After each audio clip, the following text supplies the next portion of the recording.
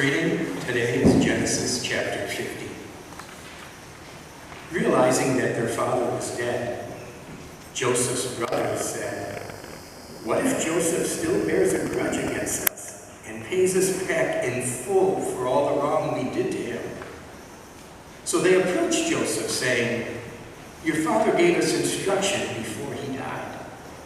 Say to Joseph, 'I beg you, forgive the crime of your brothers and the wrong they did in harming you. Now therefore, please forgive the crime of the servants of the God of your father.'" Joseph wept when they spoke to him. Then his brothers also wept, fell down before him and said, "We are here as your slaves." But Joseph said to them, "Do not be afraid. Am I in the place of God? Even though you intended to do harm to me, God intended it for good, in order to preserve a numerous people, as he is doing today. So have no fear. I myself will provide for you and your little ones." In this way, he reassured them, speaking kindly to them. Word of God, word of life. Thanks be to God.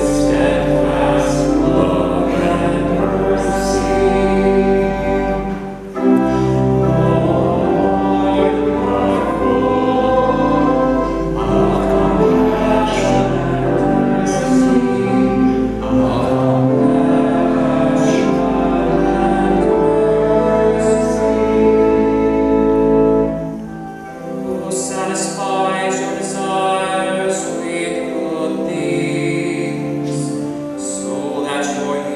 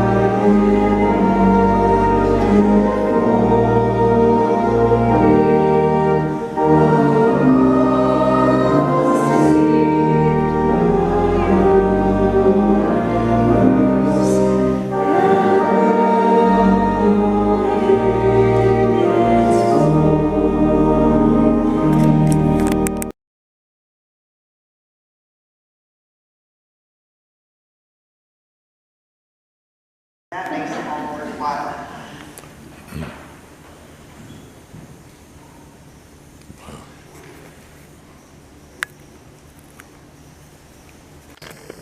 Thank you. I'm glad you know about Quilt Sunday. Excuse me. That's one thing I'm here for. Like Vicar Kelsey said, all the quilts will be out next Sunday, and we all enjoy that time when the colors of all the quilts fill the pews. It feels comfy and cozy. Well, I'm also here to talk about needs of the quilters. The one thing that we need are people. We need people to help. This year, we made 108 quilts. I know that sounds pretty good. However, the last time I was up here, and I think it was maybe 5 years ago, I think I said we made 225. Why? Why are we making so few quilts? Well, us quilters are getting older. We are losing people. We are getting slower. And we only have, this week, 3 quilters on one table. We used to have 4 quilters at 3 tables. So, if you are able to come on a Wednesday morning, we start anywhere from 9 to 9:30, and we quit somewhere between 11:30 and 12. We always stop at 10:30 for coffee, and that's a Lutheran thing, you know.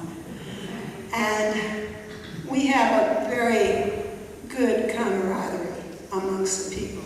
I started this when I retired 29 years ago. And it has been a joy and a mission for me for those 29 years. I feel like it's something that everyone who has the time could do. You don't have to be a big sewer. All you have to do is be able to thread the needle, put it in a piece of material and pull it out and tie it. Some people just can pin. Some people measure. Some people iron. We do have 2 people who are able to use the machines. And that gets us 108 quilts. But that's the first thing I want to tell you about. The quilts are going to be $40 next week, so if you have any desire to have a quilt, bring the money. We will have quilters here to collect it. I see at least 4 in the audience right now, pews, and we'll have them ready to collect. The other thing we do need is material. If you have old sheets, no holes, no stains, bring them. I thought of this morning. We'll talk about it at our next meeting, but I think we should have a quilt box out there so that if you have materials of any nature, it can't be heavy. Think about something you'd like to cuddle under. That's what, and these quilts will go out on the 27th to a quilt gathering that it's called an in-gathering. They'll all be sent to one church in the area in Naperville. Then they'll go out on the, I think it was 6th and 7th. I forgot my notes this morning, so I'm going off the top of my head. The 6th and 7th of October, they'll be shipped to a general distribution center where they will be sent all over the world, wherever there's a need. And these quilts are important to people who are in dire straits. They don't have a home, maybe. They don't have anything, and yet they have something to keep them warm. Sometimes they even take them apart, make clothing out of them. They use them for divisions between rooms. They use them for a lot of things. But we feel that we're doing a service to God and others.